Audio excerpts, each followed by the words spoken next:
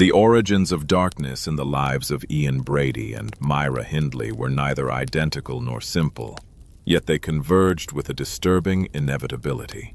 shaped by childhood instability, emotional deprivation, ideological corruption,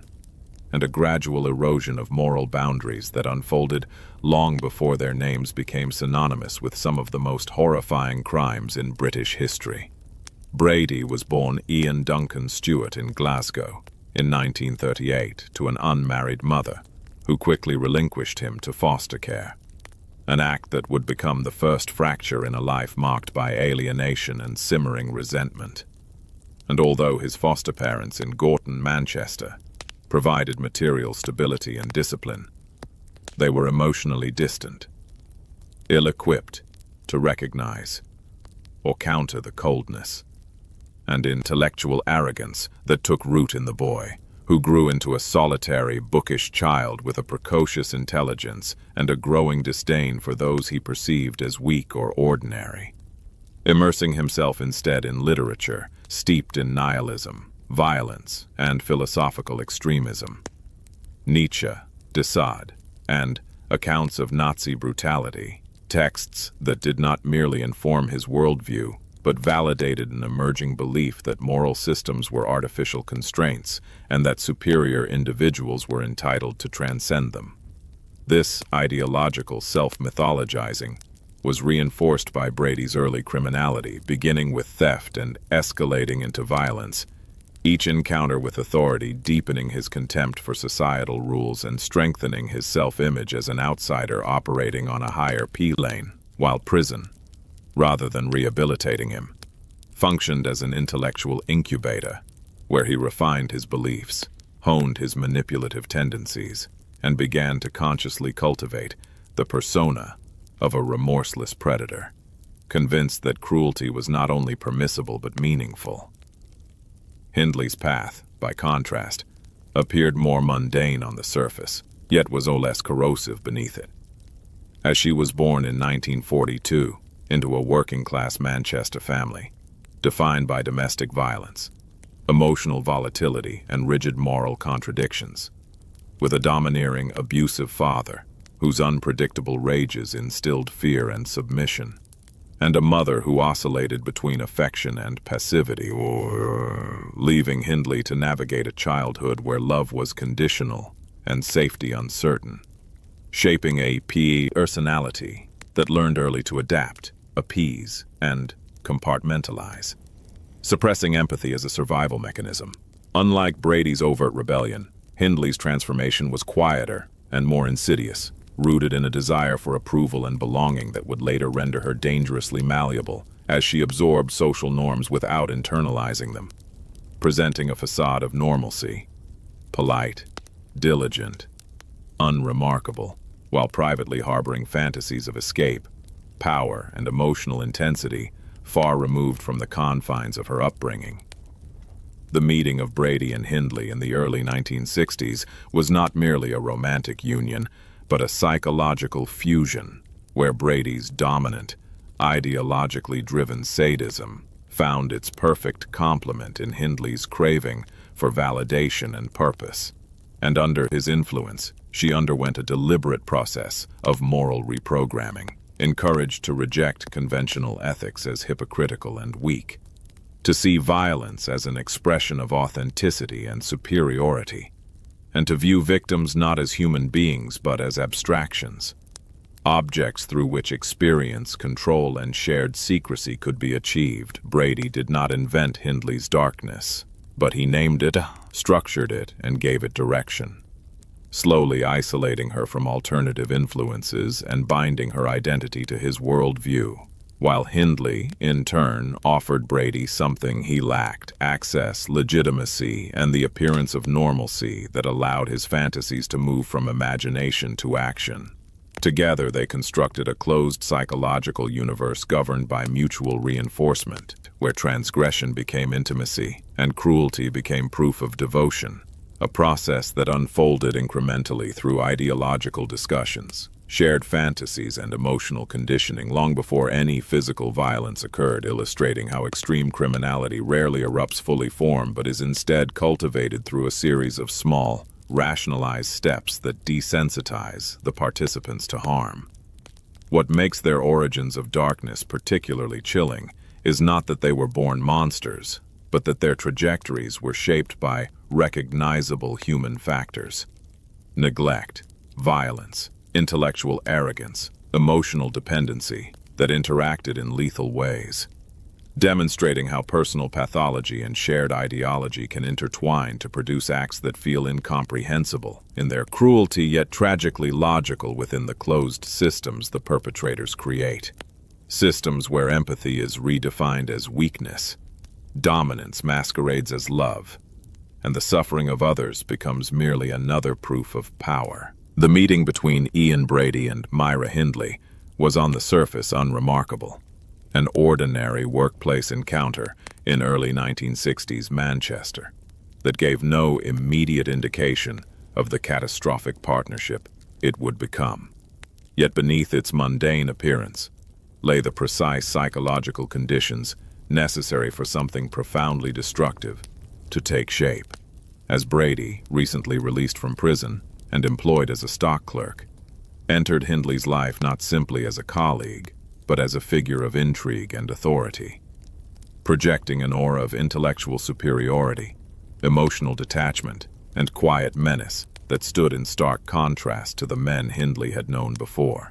She, in turn, was a young woman searching for meaning beyond the narrow confines of her upbringing, disciplined, compliant, and eager to be seen as more than the product of a violent household and limited social horizons. And when Brady spoke, measured, articulate, dismissive of conventional morality, she listened with fascination,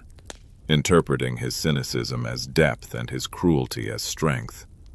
unaware that this dynamic would soon invert her moral compass. Their early conversations were less flirtatious than ideological, revolving around literature, crime, philosophy, and power, with Brady deliberately introducing transgressive ideas, testing Hindley's reactions, gauging her capacity for complicity, while she responded, not with resistance but curiosity, gradually internalizing his contempt for societal norms and absorbing his belief that most people were trivial, weak, and undeserving of consideration. What bound them initially was not love, in any conventional sense, but recognition.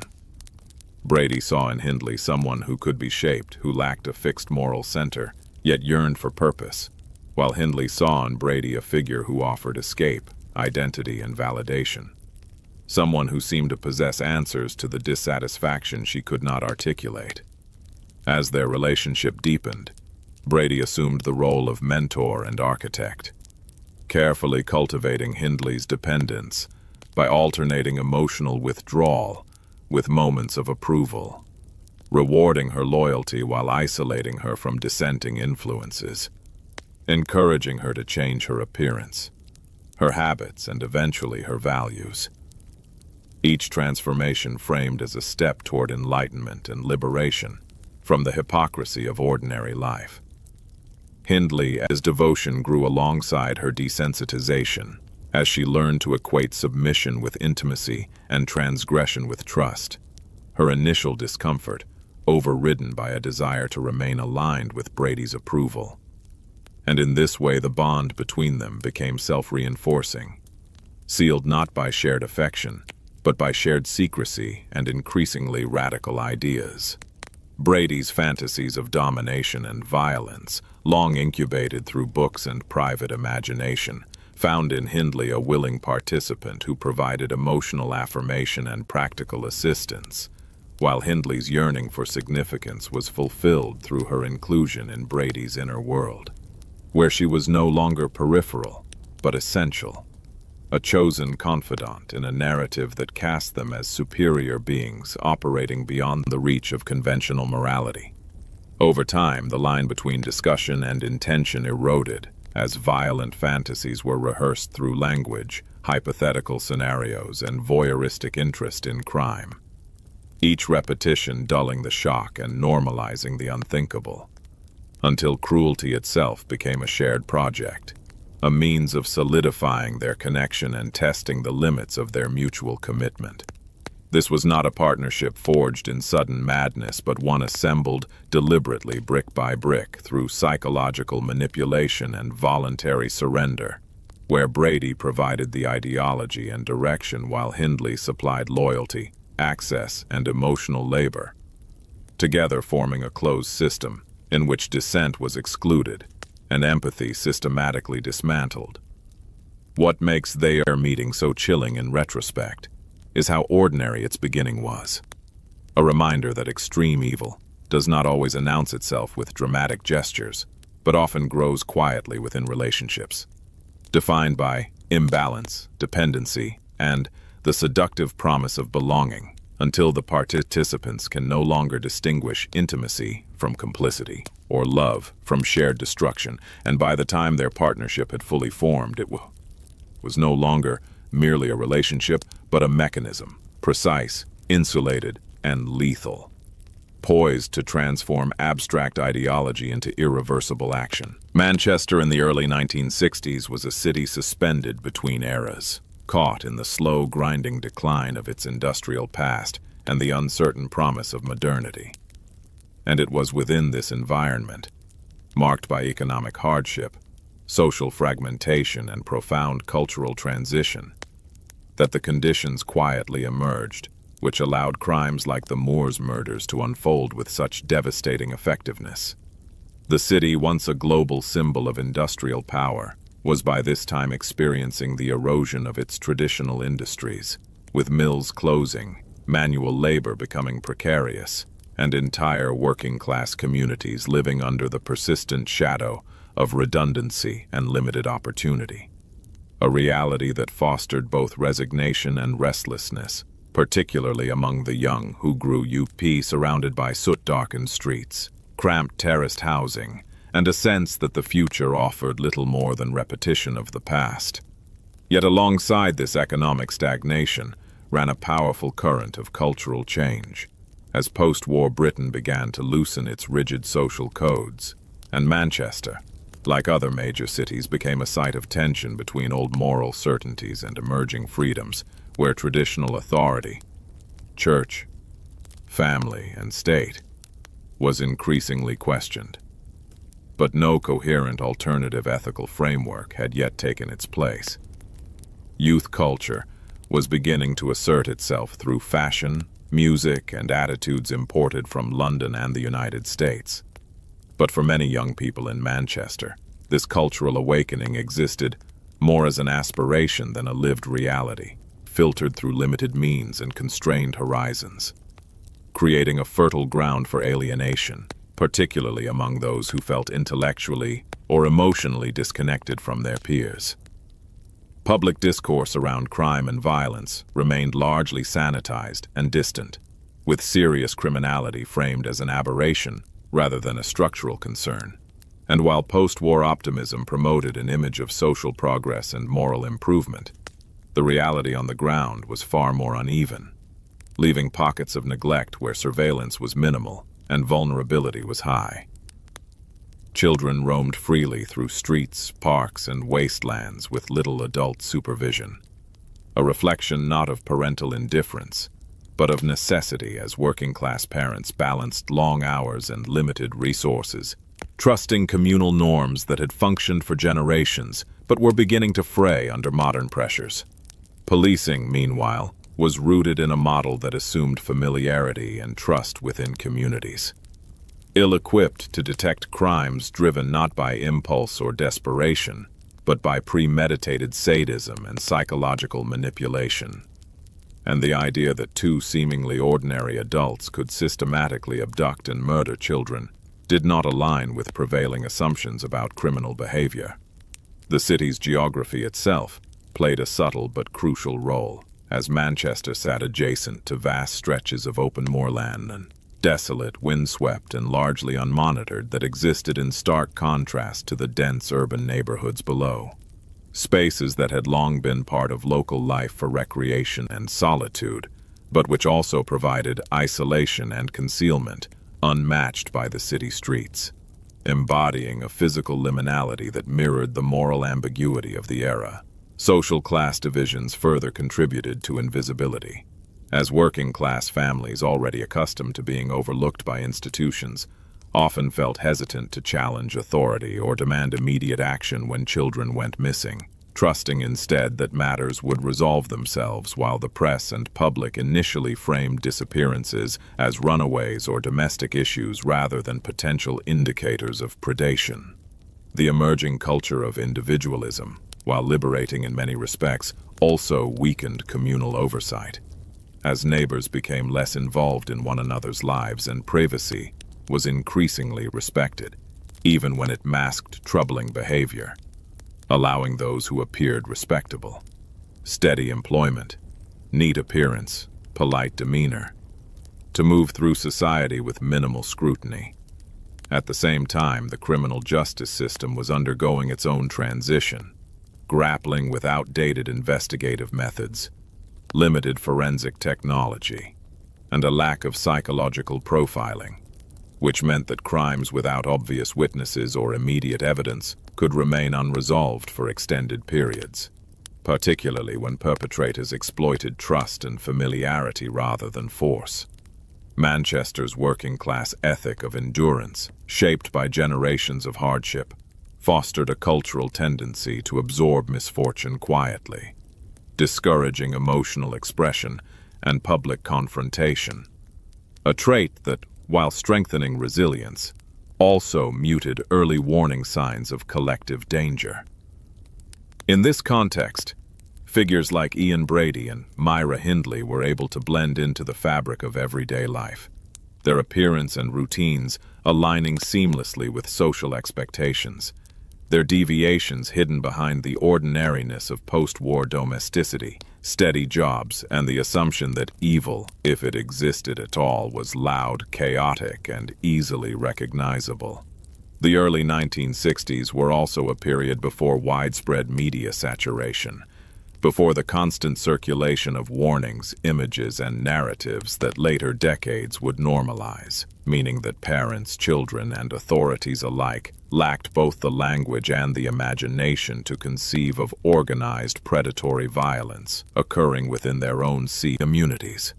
What emerged, then, was not a city that enabled crime through indifference or corruption, but one whose transitional nature, caught between tradition and transformation, created blind spots, areas of unexamined trust and underestimated risk, where the slow accumulation of small failures and assumptions formed a permissive environment for acts that, once revealed, would seem impossibly monstrous.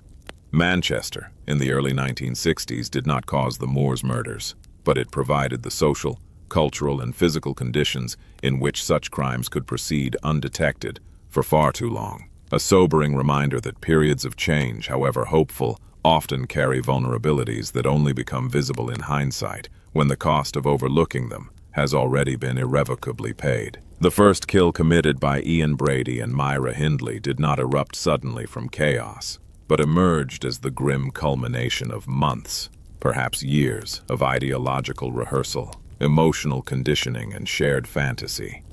marking the moment when abstract transgression crossed irrevocably into lived reality, and when the private world they had constructed finally demanded proof.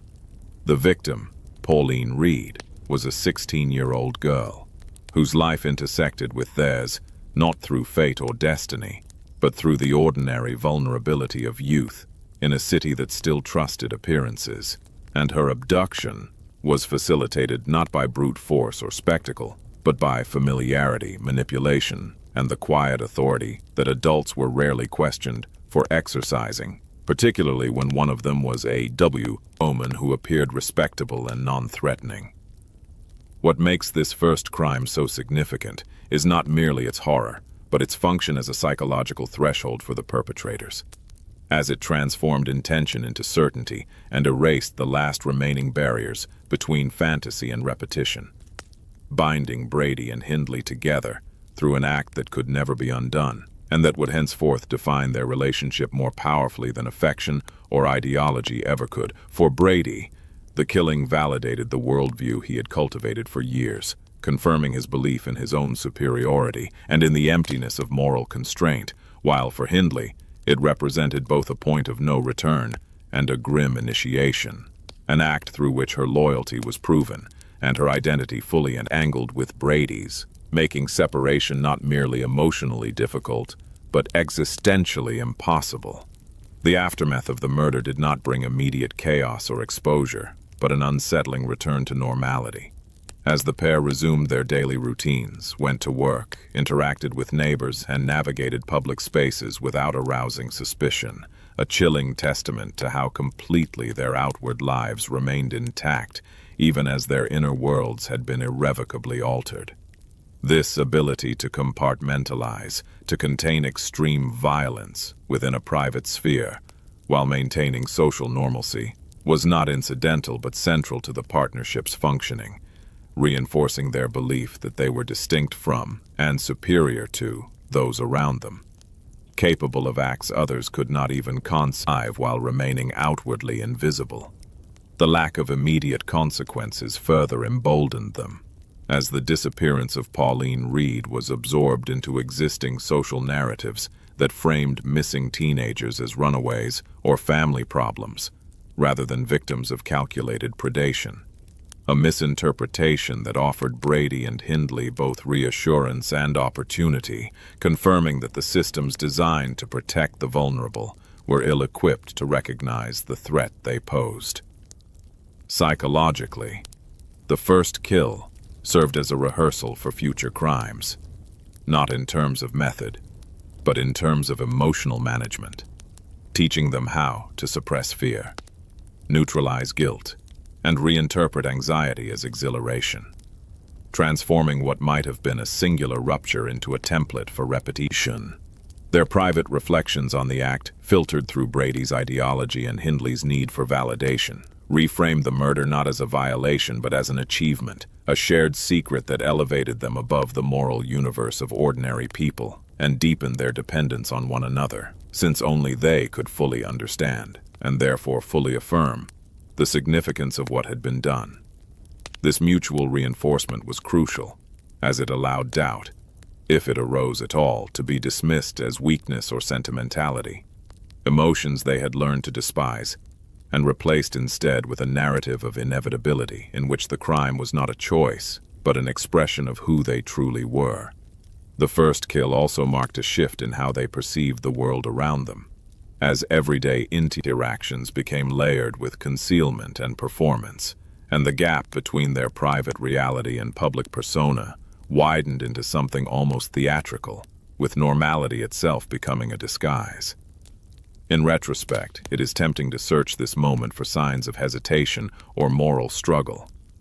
Yet what emerges instead is a chilling clarity, a sense that the act confirmed rather than disrupted the trajectory they were already on, locking them into a pattern of behavior that would escalate precisely because it had worked, because it had delivered the psychological rewards they sought without immediate punishment.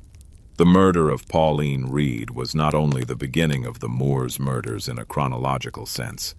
but the moment when Brady and Hindley became what they had been rehearsing to be, when ideology hardened into action and the boundaries of the permissible were permanently erased,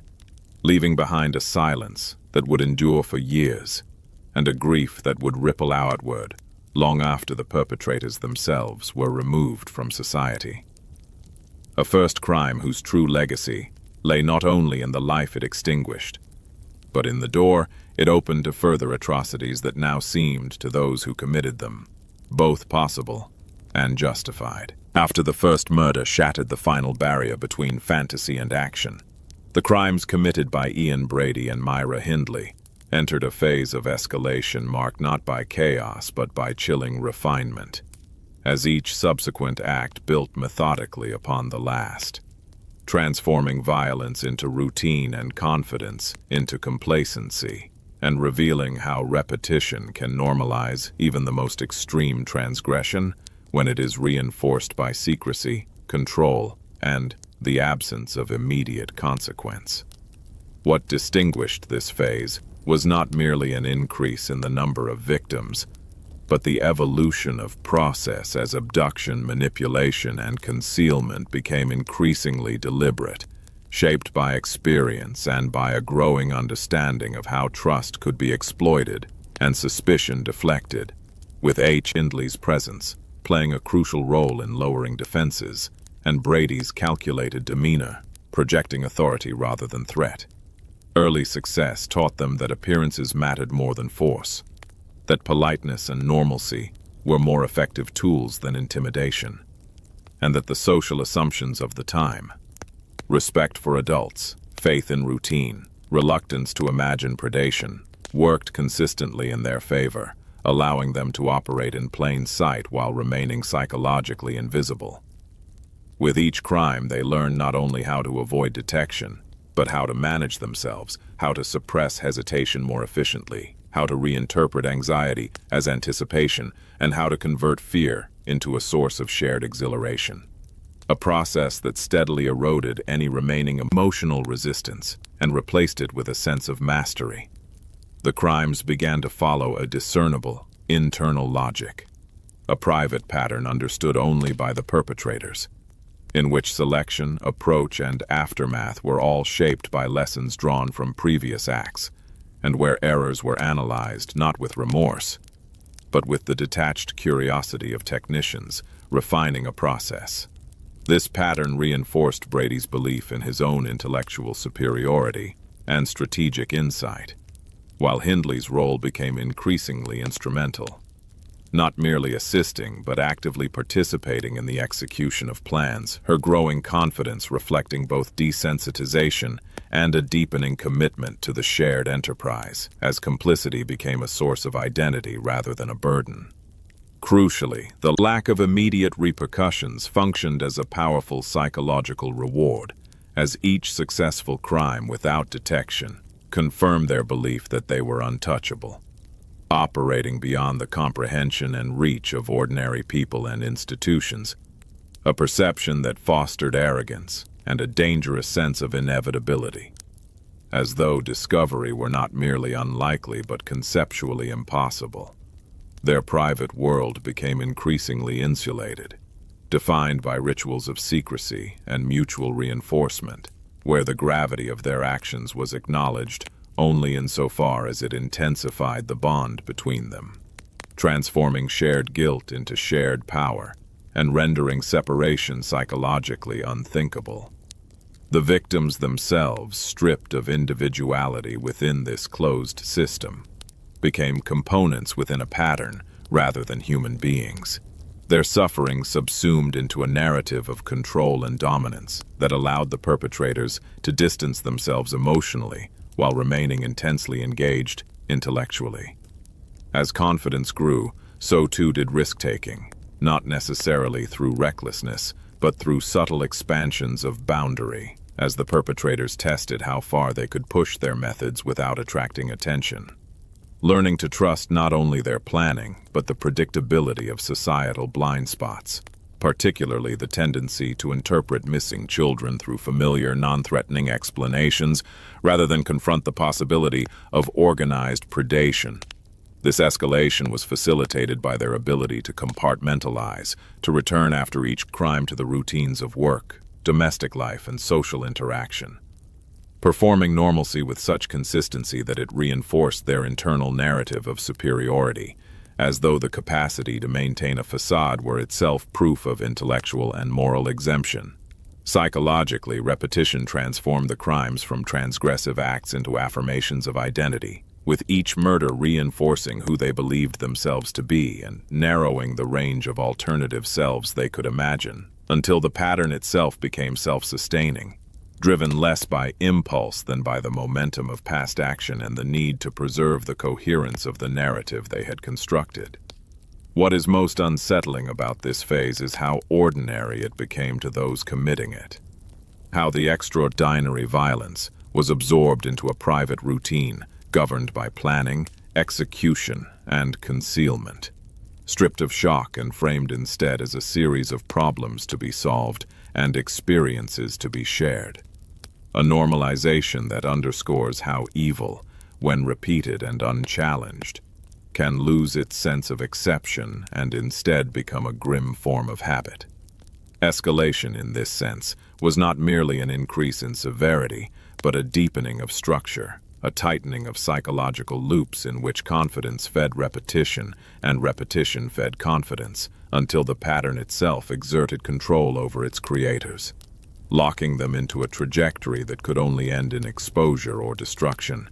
and leaving behind a trail of devastation whose full extent would not be understood until long after the perpetrators' certainty had collapsed, revealing that what they mistook for mastery was in fact a fragile illusion sustained by chance, silence, and the suffering of those who never had the opportunity to escape it. The choice of Saddleworth Moor as a burial ground by Ian Brady and Myra Hindley was neither incidental nor purely practical, but deeply symbolic, reflecting a convergence of geography, psychology, and ideology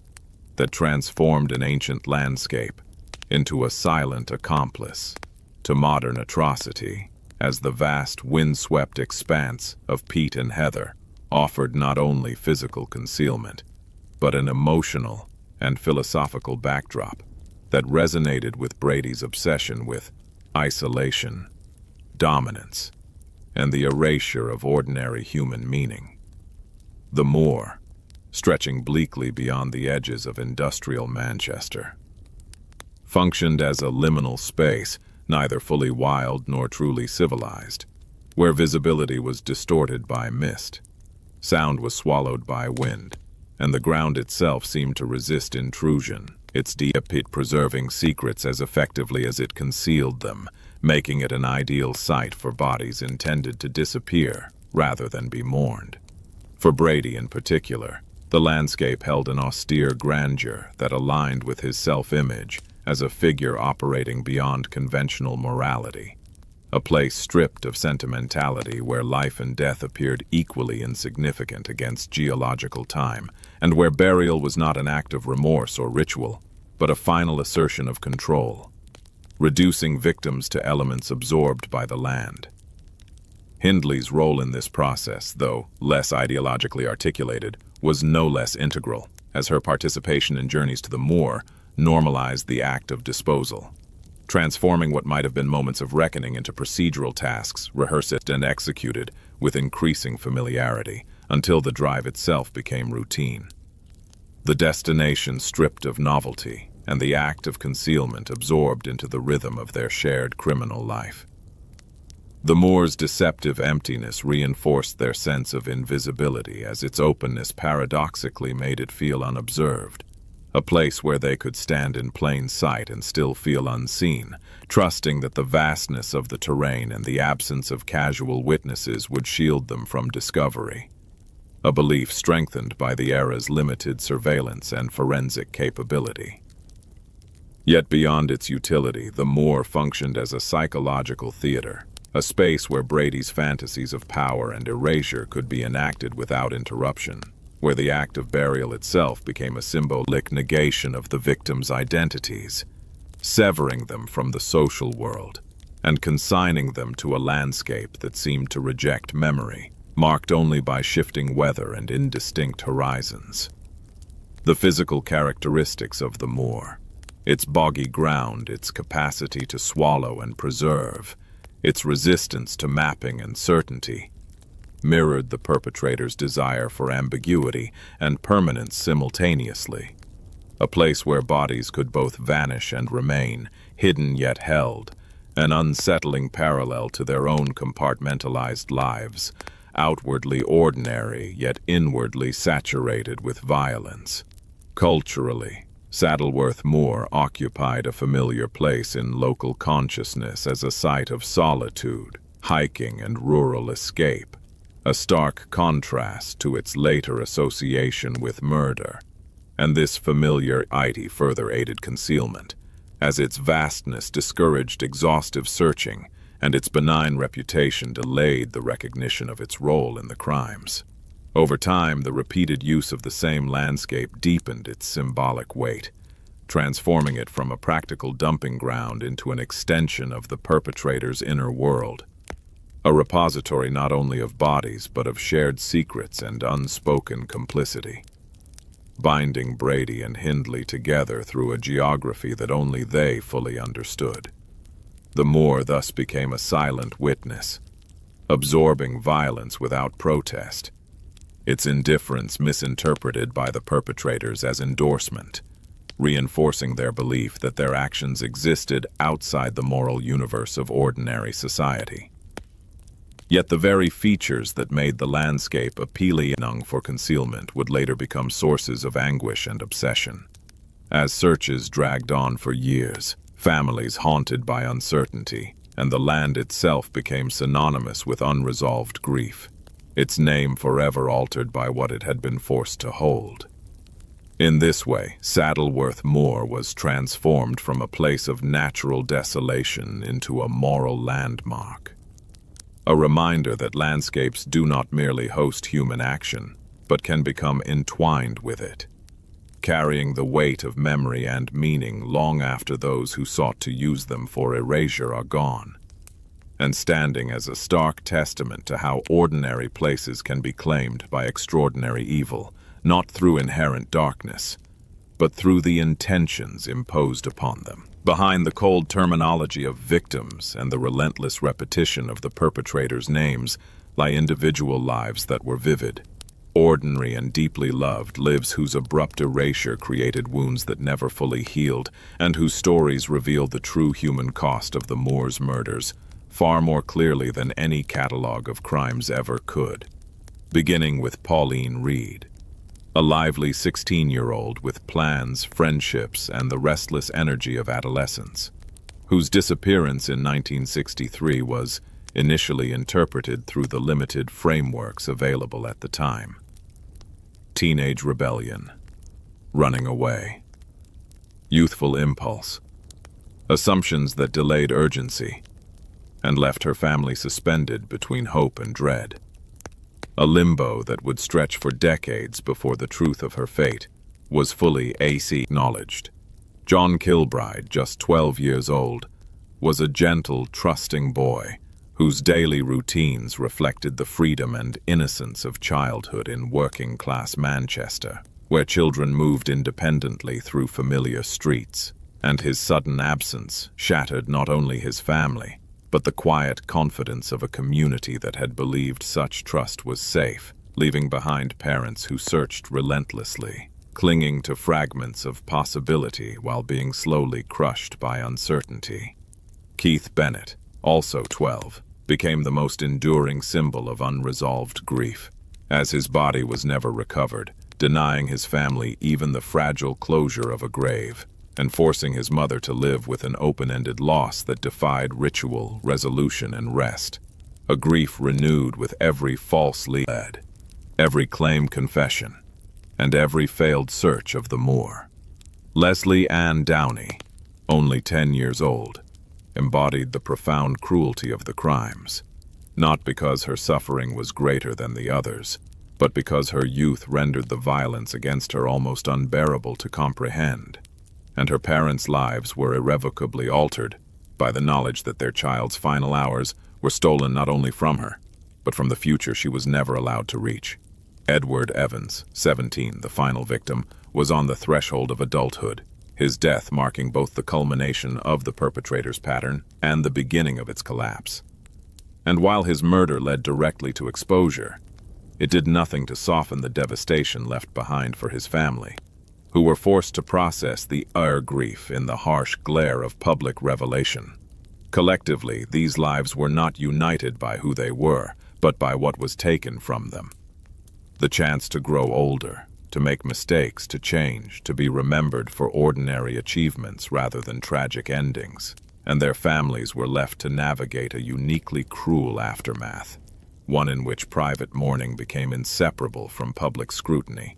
as their children's names were repeated endlessly in headlines, courtrooms, and documentaries, often stripped of personality and reduced to symbols within a larger narrative dominated by the killers. The parents and siblings of the victims endured not only loss but a corrosive form of prolonged trauma, marked by unanswered questions, delayed recoveries, and the relentless reopening of wounds as new details emerged or confessions were contested, forcing them to relive the worst moments of their lives again and again in the public sphere. Grief in these circumstances was never allowed to be quiet or contained, as families were expected to perform resilience while absorbing speculation, intrusion, and the unbearable knowledge that their loved ones' final moments were discussed and dissected by strangers. The imbalance of attention, where the perpetrator's psychology was analyzed in detail while the victims' lives were summarized in a few lines, created a secondary injustice, one that many families openly resented, as it seemed to grant a form of immortality to those who caused harm, while rendering those harmed increasingly abstract. Yet within this imbalance, the families fought to preserve memory, insisting on names, faces, and stories, emphasizing that these were not interchangeable casualties, but distinct individuals whose absence left specific, irreplaceable gaps at dinner tables, in bedrooms left untouched, and in futures that had to be reimagined without them. The broader human cost extended beyond immediate families into entire communities as trust eroded, childhood freedoms were curtailed, and a quiet fear settled into everyday life, reshaping how parents watched their children and how children learned to see the world, marking a cultural shift in which innocence itself seemed newly fragile. What endures most powerfully decades later is not the notoriety of the crimes, but the persistence of grief, particularly in cases like Keith Bennett's, where the absence of remains transformed mourning into a lifelong search. A testament to how violence continues long after the act itself through uncertainty and unresolved loss. To center the voices that were silenced is to resist the narrative gravity that pulls attention toward perpetrators and spectacle, and instead to acknowledge that the true legacy of the Moor's murders lies in the lives interrupted and the families forever altered, in the birthdays that went uncelebrated, the futures that were never tested, and the enduring pain carried quietly by those who loved them. A reminder that every headline conceals a network of human relationships whose damage cannot be quantified, only borne, year after year, long after the crimes themselves have passed into history. The unraveling of the Moor's murders did not occur through a single dramatic breakthrough, but through a gradual accumulation of errors, pressures, and human fracture points that exposed the fragility beneath the carefully maintained facade of control constructed by Ian Brady and Myra Hindley, revealing that even the most methodical secrecy is vulnerable to the unpredictability of relationships and the limits of psychological dominance. For years, their apparent normality, steady employment, polite manners, routine lives had shielded them from suspicion, reinforced by a social environment inclined to trust outward respectability and reluctant to imagine systematic evil operating behind closed doors. Yet beneath this surface lay mounting strain, as the very confidence that allowed them to evade detection also encouraged risk-taking and overreach. The closed world they had created depended on absolute control, particularly Brady's dominance over those around him, and it was here that the first decisive fracture emerged in the form of David Smith, Hindley's brother-in-law, whose presence introduced an element they could not fully predict or manage. Smith was neither ideologically aligned with Brady nor emotionally dependent in the way Hindley was, and although initially drawn into their orbit through conversation and proximity, he retained a moral framework that, while imperfect, was not fully eroded by Brady's rhetoric, making him a destabilizing influence within a system that relied on unquestioning compliance. The critical moment came with the murder of Edward Evans, an act that had exposed the practical and psychological limits of the killer's secrecy, as Brady's decision to involve Smith, whether through arrogance, miscalculation, or a desire for validation, proved catastrophic, collapsing the boundary between private violence and external witness that had previously insulated them. Smith's reaction to the killing was not immediate heroism, but shock, confusion, and fear. A human response that underscores how exposure to extreme violence does not always produce clarity, but instead initiates a painful process of reckoning as he grappled with disbelief, loyalty, and moral responsibility in the aftermath. Crucially, Smith did not become complicit through silence, but chose to speak, his report to the police acting as the decisive rupture that transformed years of hidden crimes into an active investigation. And in doing so, he punctured the illusion of invulnerability that Brady and Hindley had cultivated so carefully. This moment revealed how their confidence had curdled into hubris, particularly on Brady's part, whose belief in his intellectual superiority led him to underestimate both Smith's conscience and the consequences of involving an outsider, demonstrating that the greatest threat to secrecy often comes not from institutions, but from interpersonal misjudgment.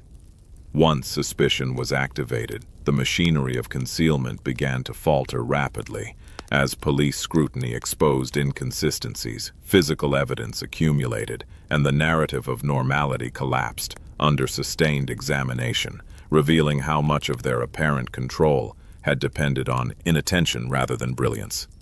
Hindley, who had long functioned as the stabilizing public face of the partnership,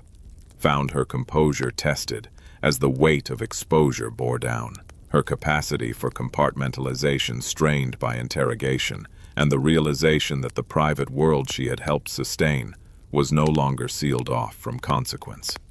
The unraveling also exposed fault lines within the partnership itself,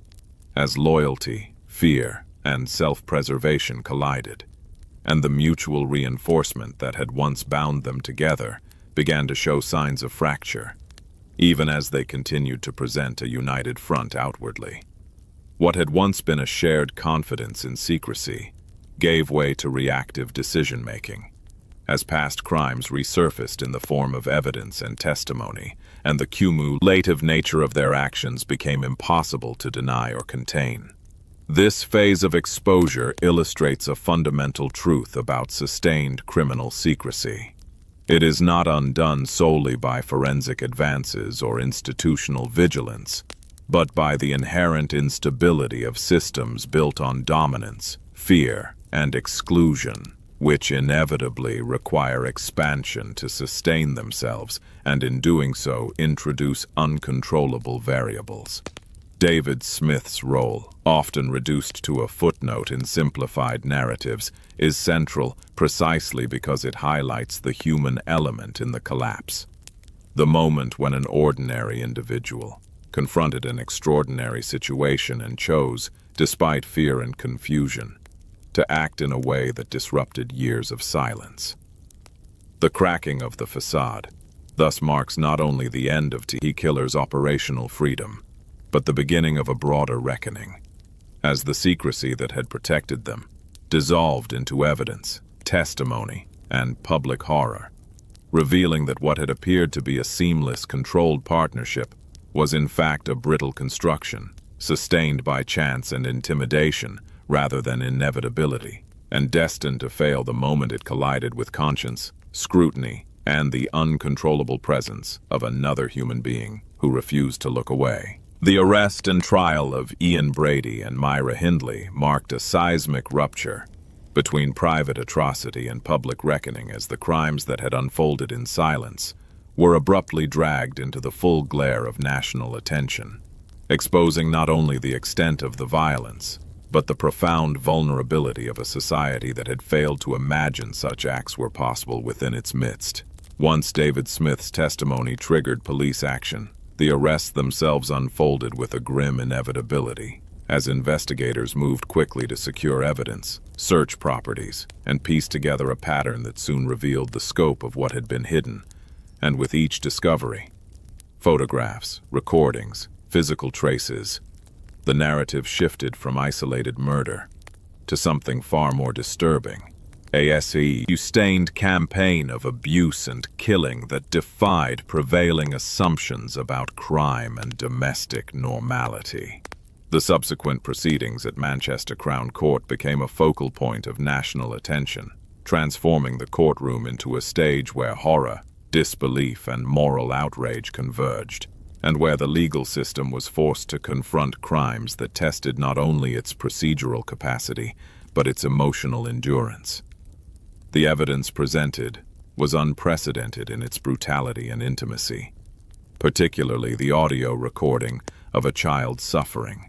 which shocked even seasoned professionals and underscored the gulf between abstract legal language and the lived reality of the crimes, leaving jurors, court officials, and observers visibly shaken and prompting debates about the psychological toll of exposure to such material. Brady's demeanor throughout the trial, cold, defiant, and intellectually aloof, reinforced his self-crafted image as someone beyond remorse or social convention, while Hindley's presentation confounded expectations, as her appearance and composure clashed violently with the evidence of her involvement,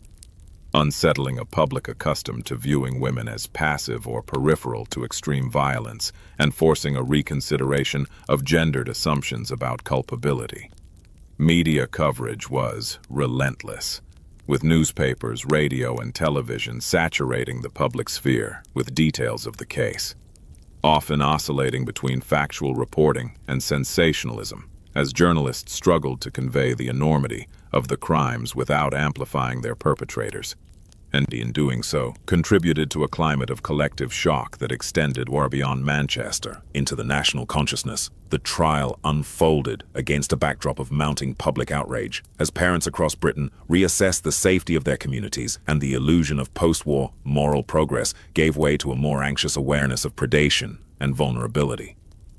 particularly where children were concerned. Courtroom testimony from police, forensic experts, and witnesses gradually dismantled any remaining ambiguity, revealing how methodical the crimes had been and how effectively the perpetrators had exploited trust, routine, and societal blind spots. A revelation that provoked not only anger at the individuals responsible, but discomfort with the systems that had allowed them to operate undetected for so long. The families of the victims, present in court and in the public eye, bore an additional burden, as their private grief became inseparable from the spectacle of justice. Forced to listen to details no parent should hear while being scrutinized as symbols of collective loss, their pain both acknowledged and consumed by the machinery of trial and media. When verdicts were finally delivered, they brought legal closure but not emotional resolution, as life sentences could not restore what had been taken, nor answer the questions that lingered around unrecovered remains and unspoken motives, leaving a residue of anger and sorrow that punishment alone could not absorb. The national reaction to the trial reflected a society grappling with its own innocence, as debates erupted about censorship, criminal psychology, prison reform, and the ethics of reporting, revealing how the case had unsettled not only individual but institutional confidence in the ability to understand and prevent such crimes. The public horror was not fleeting, but enduring, as the names of Brady and Hindley became shorthand for a particular kind of evil, invoked in discussions of crime and morality for decades to come, while the courtroom itself became a symbolic boundary between the unknowable darkness of the crimes and the fragile attempt of law to impose order and meaning upon them. In the end, the arrest and trial did more than deliver justice in a legal sense. They forced a nation to confront the limits of trust, the dangers of assumption, and the uncomfortable truth that extraordinary cruelty can exist behind ordinary facades, leaving a legacy of vigilance and unease that would shape public consciousness long after the courtroom doors had closed. The legacy left by Ian Brady and Myra Hindley did not conclude with their convictions, but unfolded slowly across decades of imprisonment, partial confessions, public debate, and unresolved grief, embedding itself deeply into Britain's cultural and moral landscape, and ensuring that the Moor's murders would remain a living wound rather than a closed chapter. In prison, Brady embraced notoriety as confirmation of his self-fashioned identity, rejecting remorse and presenting himself as intellectually superior and ideologically consistent, a posture that hardened over time into open hostility toward authority and society itself. culminating in years spent in high-security psychiatric detention, where hunger strikes, legal challenges, and provocative statements kept him in the public eye, often to the anguish of victims' families, who saw each appearance as a reopening of old scars. Hindley's prison years followed a different but equally contentious trajectory, as she sought rehabilitation, religious conversion, and eventual parole, presenting herself as transformed and repentant. A narrative that ignited fierce public resistance, rooted not only in the scale of her crimes, but in the perception that her role had been deliberately minimized in early accounts, making her later appeals feel to many like an attempt to rewrite history. Confessions emerged unevenly and often strategically, particularly from Brady, whose selective admissions were perceived as exercises in control rather than truth-telling. As he revealed information incrementally, sometimes contradicting himself, sometimes withholding details that might have offered closure, most notably in relation to Keith Bennett, whose remains were never recovered. A fact that transformed absence into a form of ongoing violence inflicted upon his family, and ensured that the moor itself remained a site of unanswered questions. These delayed and partial disclosures exposed the limits of justice as a process, highlighting how legal punishment can coexist with enduring emotional harm when perpetrators retain the power to control information, turning truth into a bargaining tool long after sentencing. The public fascination with the case, sustained through documentaries, books, and media retrospectives, further complicated its legacy, as repeated retellings risked centering the perpetrators while relegating victims to background figures, prompting ongoing debates about ethical representation, the responsibilities of journalism, and the fine line between remembrance and exploitation. At a societal level, the Moor's murders reshaped attitudes toward crime, trust, and child safety, contributing to a broader cultural shift in which innocence was no longer assumed, and vigilance became a permanent fixture of parenting and community life, altering how children moved through public spaces and how adults interpreted risk. The case also influenced discussions around criminal responsibility, gender and violence, and the management of dangerous offenders, challenging assumptions that extreme brutality was inherently masculine or impulsive, and underscoring the role of ideology, partnership, and planning in sustained criminal behavior. Hindley's death in prison in 2002 and Brady's insecure detention in 2017 closed the possibility of further revelations, cementing the reality that some questions would never be answered and some grief would remain unresolved, a reality that underscored the enduring imbalance of power between those who commit atrocities and those who must live with their consequences. Yet the legacy of evil is not solely defined by the perpetrator's persistence in denial or manipulation, but also by the resilience of the families and communities who refuse to allow the crimes to be reduced to spectacle, insisting instead on remembrance, grounded in humanity rather than infamy. Britain's collective memory of the Moor's murders has thus become a complex amalgam of horror, caution, and ethical reflection. A case repeatedly invoked, not to sensationalize violence, but to warn against complacency, to question assumptions about normality, and to remind society that the most devastating harm often arises not from the visibly monstrous, but from the disturbingly ordinary.